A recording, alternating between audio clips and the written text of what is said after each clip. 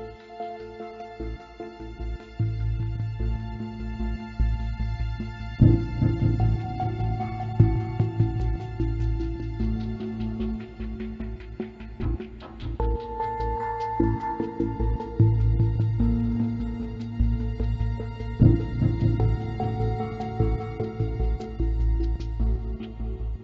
to episode 3 of the Evidentiary podcast. Today we're going to be covering one of my cases. This is the disappearance of Kenneth Albert Saunders. But how have you been, Anthony? I've been doing good. It's been raining a lot here, but I've been doing pretty good. Working and finally got my computer so I can start, pissing off people again, which I'm pretty happy about. I've been anxiously awaiting that myself. Oh yeah, I'm going to have some fun with that.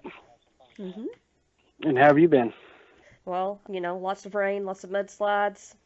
Oof. But everybody's okay, everything's okay, so can't really complain all that much. I am ready for sunshine, though. Me too. Ready for anything other than this crap.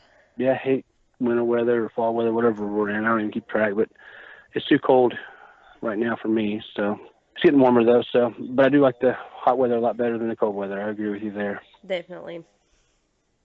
So, Kenny, go ahead and I'll let you do the breakdown, because this is more your case than mine. I do know a lot about it, but you're better at this than I am when it comes to this case, so I'll let you go ahead.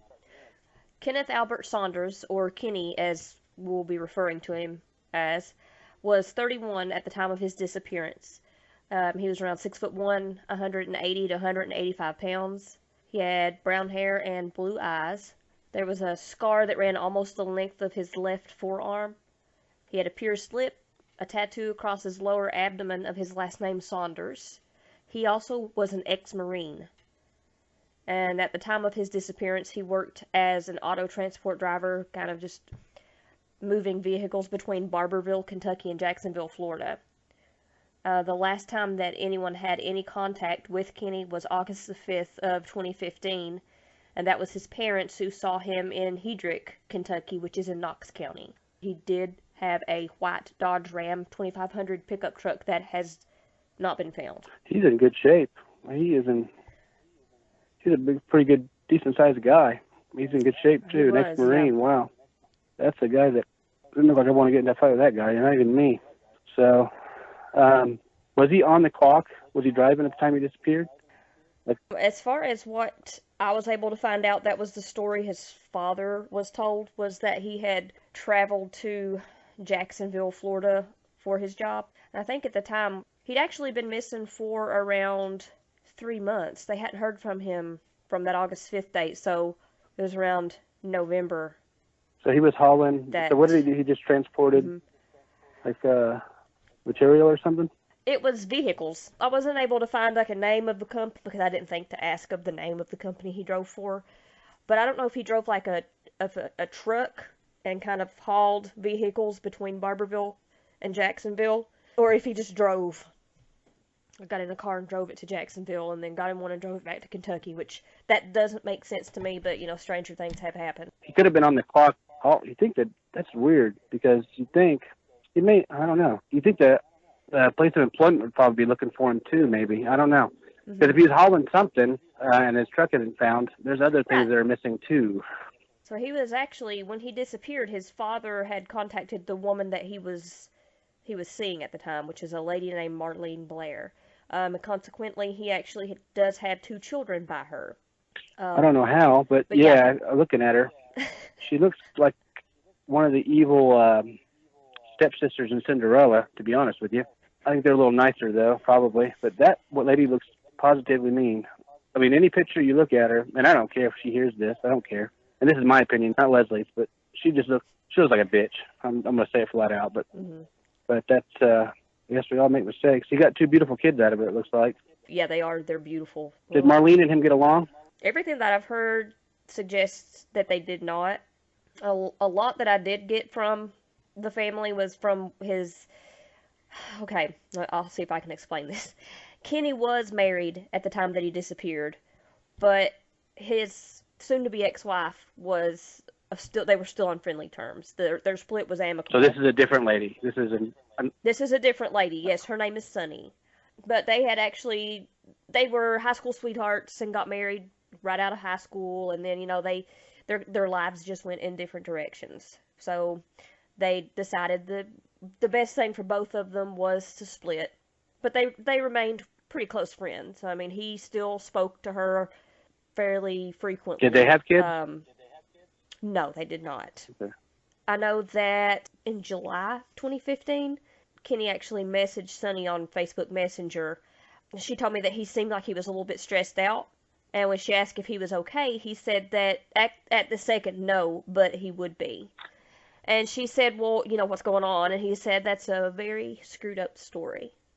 And he never did elaborate on what he was talking about. So where did Marlene live? Where does she live at? At the time that this all happened, she lived in the Knox County area as well, which... and that's where he was around at the time he disappeared? Right. Mm-hmm. Yeah, the Hedrick is a little unincorporated community in Knox County, which is pretty close to Barberville. Barberville's in Knox County, but I've not been able to pinpoint exactly where she was at the time, but I do know she was in the same county as Kenny. Well, maybe he wasn't on the clock then. I don't know, because that'd be awfully convenient for him to be transporting stuff in that area, you think? I don't know. Mm-hmm. I mean, like you said, I think it would be unusual if you were on the clock and you went missing while I mean, there you are, you have a truck with a crap load of vehicles in it, and you're costing your employers money because you don't show up where you're supposed to drop it at. So I think they would have been hot on his trail. Yeah, so it's odds are probably he wasn't working at the time. Right, I think that was probably a crime. Yep, you're probably right on that one. So, has Marlene been questioned at all? Nothing that I can find. Nobody in his family. They've tried to get law enforcement to speak to the Blairs, but they haven't. Yeah, law enforcement. I don't know what the reasoning is. Yeah, it's awful. From everything I've heard, he did not get along with that family at all. They were awful to him, and they've not been questioned. At least at the time that I spoke with his family, they'd not been questioned, which was the tail end of 2017. I've tried to get in touch with Sunny since then, but she's actually battling cancer right now, so that's terrible. Give her space and let her deal with things herself. I don't want to add any more stress on anything. No, that's terrible. I hope she gets better. That's terrible. Yeah, me too. She's a super sweet girl. Yeah, girl. from looking at her profile, she seems to be a big step up from Marlene, and she's a happy-looking person, so all the bad things seem to happen to good people. Did he have any known enemies besides, obviously, Marlene and that family? Not that I've heard. He seemed to be, fairly well liked. The only thing I've heard as far as any animosity was just her entire family hated him. I don't know why they hated him, but they did not like Kenny. Does he have any brothers or sisters? Not that's ever been mentioned. Kenny's relationship with Marlene's family was he endured constant threats and physical violence. Oh, so they've threatened him before. Yes. One threat that kind of caught my attention was that they would kill him and he'd never be found. Whoa! And how has Ellie not even talked to them? I know, right? Wow. So he'd also, previously, he had been shot at by the Blairs. Oh, my God. And the latest one that I heard was that Marlene's brother Burns actually pulled a gun on him. And then Burns mysteriously moved to Michigan after Kenny vanished. So do you know what with the Blairs, her side of the family, do you know any of their employment background, what they do? Like, none of these guys do excavating by chance, do they? That'd be terrible. Not that they are extremely secretive. I mean, none of the other ones, Marlene's the only one that has Facebook. None of the other ones, and then, if you look on her Facebook, most of it's private, so you can't really tell anything that's going on, but I have not... a challenge to even find out the dad and brother's names, so I don't have any idea as far as what their employment history is. I'll have to dig back into that since I got my computer back. I'll have to dig into that. Yeah. I did try contacting that bitch, just so everybody knows. I was trying to be nice to her. She didn't fall for it. She saw the message, but she didn't fall for it, so she can fuck off. Well, she knew better anyway. I was reaching with that one, but I don't really care if she knows. Don't give me. I don't care. But yeah, that's fine with me. But so no known enemies.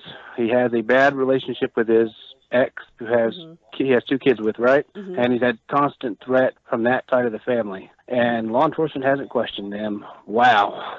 Right. Does he live in Mayberry by chance? Jeez. So I mean, in late September of 2015, Kenny's Facebook was deactivated. It was also the last time that his Facebook Messenger account had been active, like the last time he'd sent any messages. So it looks like he could possibly have still been alive at the end of September, but that could have been somebody using his account. It's probably somebody that had his phone and they just deactivated it. Right. And his social security number has not been active since 2015, so that pretty much tells you all you need to know about whether he's alive or not. Bank account activity? The last bank account activity was in mid-September. A check for $650 was cashed out of Kenny's bank account. Whoa. And he went missing in July? August.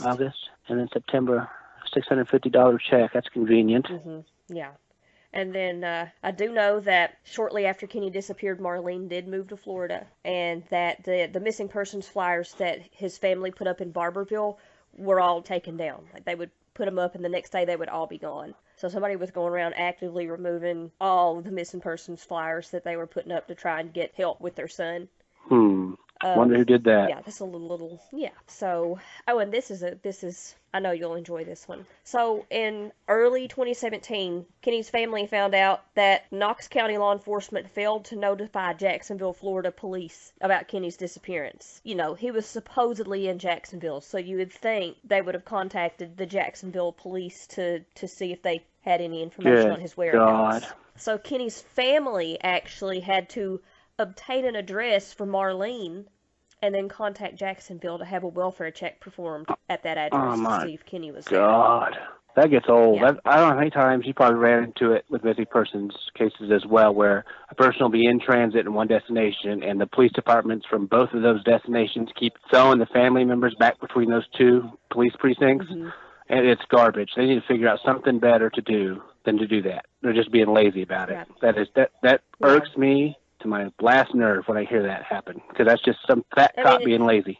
It's common sense. If you're from one state but you're headed to another state, then all of those states that's in between need to be made aware that you could have been through there, so they can actually be on the lookout. And it shouldn't fucking matter where you're from. If you go missing in transit somewhere, any of those precincts should be able to take a missing persons report. That's garbage. Right. When the family did contact Jacksonville, they were more than happy to go out and do a welfare check at the address they were given for Marlene. But they found out that there had not been any sign of anybody matching Kenny's description or that vehicle that he was driving, that Dodge truck, in the last 2 years that she'd been living there. And they hadn't found his truck at all, I take it, right? No, not that I've seen. And that's the key, too. Been mentioned. Find the truck, you'll find out what happened. Marlene, she's actually back in Kentucky now. She moved back to Kentucky in the fall, I think September 2017. As I was able to pull up some of her more recent arrests in January. Oh, she's been arrested a few times. Imagine that. Oh, yeah. What, for what? Yeah. Did it say? I think this last one was intoxication. Hang on. I've got it printed out here because I like to keep all that stuff handy. January the 31st, she was arrested for alcohol intoxication in a public place. God. She's such a bitch. She can't even tolerate herself. She has to drink. That's how bad it is. 2017, she was arrested in Florida, Pasco County, for possession of a controlled substance and possession of drug paraphernalia. And then in 2014, June of 2014 actually, she was arrested for operating a motor vehicle under the influence of alcohol, drugs, etc. Real responsible individual to have 2 kids with. Exactly. Yeah. I have no idea. Poor Kenny. No, we all make mistakes, though. Yeah, I don't know. I mean, she may have been different completely when she was with him. I don't know. But, I mean, that's... do you know if her brothers, I'm imagining, if she's got a arrest record a mile long, they probably do as well. Do you know anything about that? I tried finding it. I just couldn't find his name unless he's got a different first name or something that he goes by. That's something we'll... Because all I was able to find out was Burns. That's something we'll have to work on then. I'm coming, so just so they know. Prepare to get harassed. Have you, this is the last time we talked to his families in 2017? Mm-hmm. And they couldn't add anything more to what we already know? No. The last bit I know is that October 2017, Kenny's Facebook was mysteriously reactivated. Really? Mm-hmm. And then, his family was very adamant in letting me know that Marlene and her family have refused to assist in the investigation into Kenny's disappearance. God, this is a no-brainer. Jesus.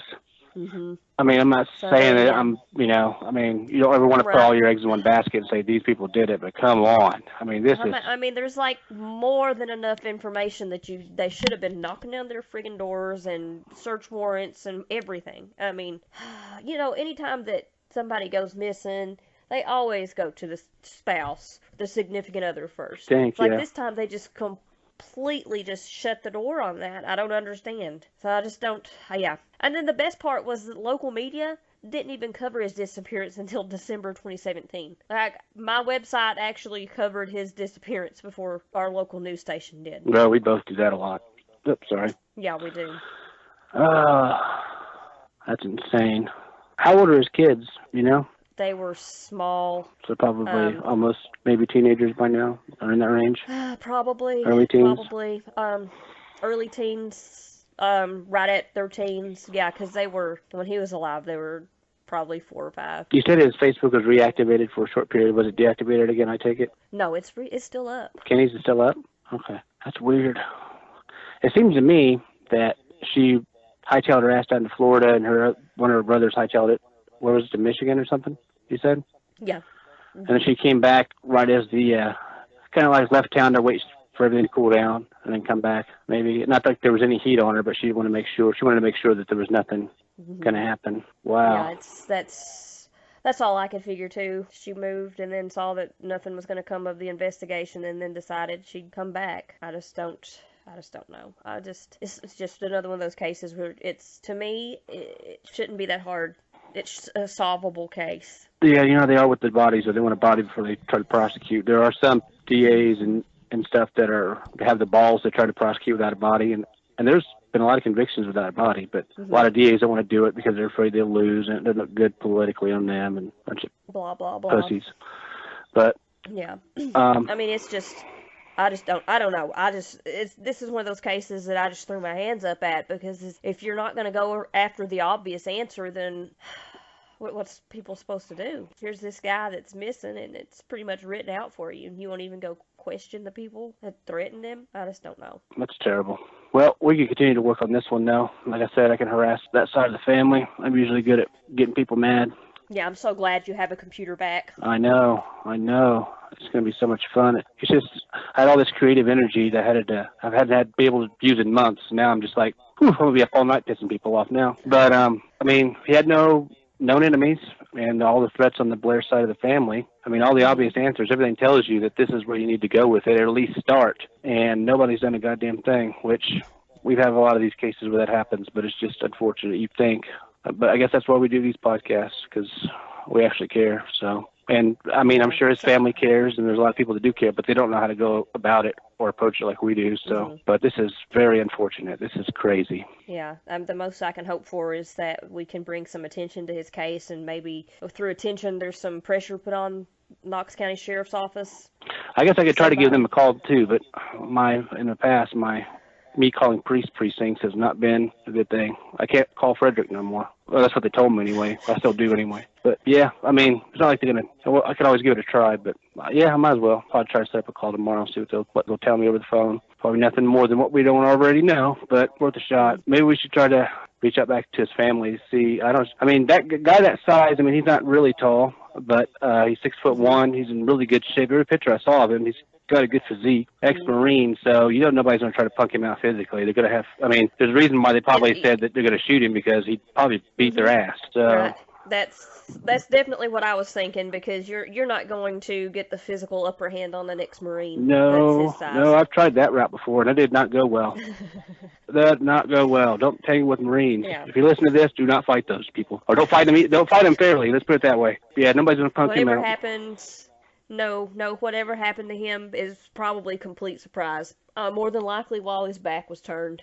Most likely. That seems like to be something she would do. If she even did it, she probably got somebody else to do it for her. I don't know. She may have done it. I don't know. Well, I'm just glad I got my computer back, because now that I hope they listen to this podcast, because, you know, I'm coming. So prepare to get pissed off. You're right. This is crazy. Yeah, it definitely is. I can't wrap my head around it at all. I mean, I know there's not all that much information available because, you know, the Blairs don't want to talk, but just from what I've found out from his family, it seems like there was enough there they should have. Okay, so he was living in Jacksonville, right?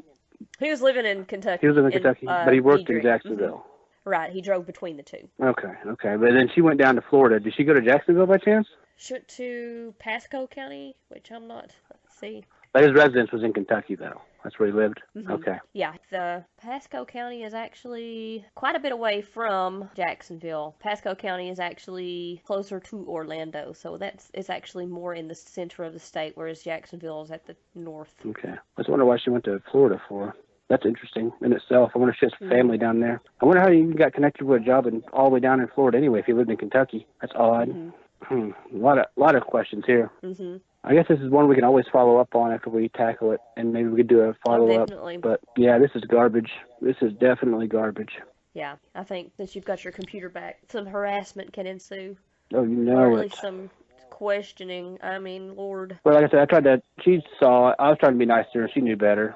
She knew I was bullshitting. She saw it. So, and she didn't answer, which was probably a good thing for her, but it doesn't mean I'm going to stop. So, I mean, she knows something. If she's refusing to cooperate with the investigation, and there's been threats thrown his way. I mean, this is pretty much a slam dunk. I mean, unless aliens came down and abducted the guy, I mean, I don't know. What else? There's no other really valid theory on what could have happened to him. I'd be interested in knowing who his employer was. I doubt that he was on the clock at the time. And employers just, I don't know. It'd be interesting. I mean, he had a cell phone, I'm assuming, right? Yeah. Probably didn't even, if they're so lazy, probably didn't even try to ping his cell phone to see where it was at last. I doubt or anything. it. Stupid. Yeah. Everything, I mean, most of the information that has been forwarded to law enforcement was found out by Sunny, so his ex-wife. She was the one who, because, you know, they weren't divorced, so she had access to his financial records. She's the one who got the financial records to law enforcement. She's the one who got his Facebook password and all of that and sent it and gave it to law enforcement to, you know, because she thought maybe some of the messages he'd sent that they could find something useful, but I don't even know if they've even looked at any of that. You know, the whole thing they always say is if a person wants to disappear, they can disappear. They have a right to do that. But in these instances,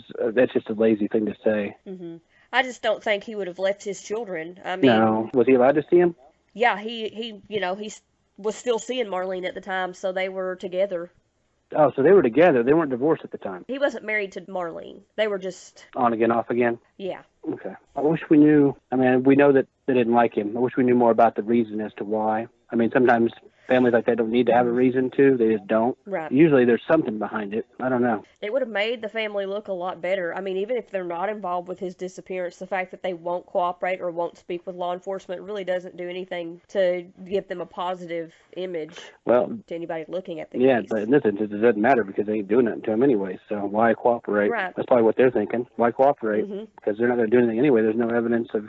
Yeah, I think this is one we can definitely follow up on if we do some work and we piss people off, and hopefully I get a few more death threats to add to my email collection of people that want to kick my ass. But yeah, what do you think happened? I think he didn't make it to Florida. I don't think that he ever left Kentucky. I think that some type of altercation, I don't know if it would have been between him and Marlene or him and Marlene's family, but I think something happened and he was more than likely shot, and then they disposed of him at his truck, because who knows? I mean, these places where there's just endless forest, you can just drive something out and burn it, or, you know, like we were talking about with, in the last episode, take it to a junkyard, junk it out. Yeah, they don't seem like the brightest bunch anyway, so I hope that they did that and not burned it out, because either way it's bad, but at least if they junked it out, it might show up somewhere. Some people might not find it in a field somewhere burned out for years. If they're dumb enough to junk it, that's going to be traceable. I mean, they had enough time because, like I said, his family last heard from him in August, and then 3 months later, when they hadn't heard from him in that time period, is when they grew concerned and filed the missing persons report. So 3 months is... That's a long time. That's more than enough time for them to do something. Considering most investigations in missing persons, you try to first 72 hours or so is when you want to try to figure out what happened, because that's the best time to try to locate them. And if you get 3 months ahead, that's just insane. I mean, they had more than enough time to dispose of Kenny and his vehicle. I think they knew that. They knew that he traveled for work and probably he had kids, so I'd say that his family was used to maybe a little bit of time passing between. Was he active Marine, or was he reserve, or was he tired, or you know? I don't think he was active. I think he had been discharged. Okay. He's a veteran or something. I'd be interested in knowing if he is, if he has any kind of, I don't know exactly how it works. I have to ask my family. They're all military. I'm not. But I know you get benefits and checks for being active or reserve or retired, discharged, whatever. They still get kind of some kind of benefits. And I wonder if any of those benefits have been, cashed or used or anyway. In some way. I don't know. There's a lot of ways you can try to poke holes in figure out what happened, and Ellie doesn't seem to be doing anything. So, No. We said it before. That's just how it is. I mean, on one hand, I understand there's a certain amount of officers, and some in small towns, you don't have enough people to do it. I understand that, but it's still at least make an effort. I mean, even if a press conference, something in the newspaper, even if it's something little like that, I understand they don't have all the manpower and resources to do this. It's easy to come down on them for not doing anything, but at the same time, there's some things that are just so simple to do. And there can't be a whole lot of people missing in their area of Kentucky. I mean, there can't be, is there? I mean, is he the only one in that area? I mean, in that town or wherever he's from? It's not like it's Dallas, Texas, or something, Exactly. It's not like it's Louisville or Lexington. I mean, a couple, 3 maybe, if that. I mean, just off the top of my head. His is the one that sticks out. So they probably got maybe a handful, you can count them on your hand, missing people cases. So that's not, yeah. And we cover more than that on our blog. So, it's really still no excuse. So I guess. I mean, we at least try and talk to people and find out information. It's just... Well, you try talking to people. I piss them off. But I mean, I work full-time, too. So if I've got time to work full-time at my other employment and then trying to email people and find out about cases and find out about people's lives and what they were doing, then I would assume somebody could do that. Yeah, I hear you. I hear you there. I work too, and I've got all kinds of other obligations too. You know that. So if I can do it, they should be able to do it too. We're both just as busy people. But this is something I guess we'll just have to come back on and follow up. And then it's just sad. I feel bad that guy's probably laying somewhere dead in the middle of nowhere, and kids probably are never going to know who he is. It doesn't seem like anybody told cares. Awful stories. Yeah. Daddy didn't love you, so he ran off. I mean, that's, oh my God. Well, hopefully Sonny listens to this, and if she does, we're both pulling for you. We have prayers on our side, but we really hope you get better. And we'll continue to fight. So you rest up and get better, and we'll continue to fight for Kenny. Yeah, we're always fight the good fight. All right, so I guess that concludes what I've got for Kenny right now until we can do some more digging and maybe find out something else to add to it. What case will you be looking into next, Anthony? Next one is a big one. It's the most popular one on my blog to date. It's Megan Renee Fogelsong. She disappeared from Alden, Kansas, and her piece of shit boyfriend is the one responsible, David Madden. You know how well me and him get along? Oh, I do. Yeah, he's a piece of shit. He always has his family members come at me, but he's not man enough to do it himself because I'm not some petite girl just out of high school he can bully. So he figured he had to go get his mom and his aunt or some shit to try to bully me, which doesn't work either. But yeah, we'll be covering Megan's disappearance.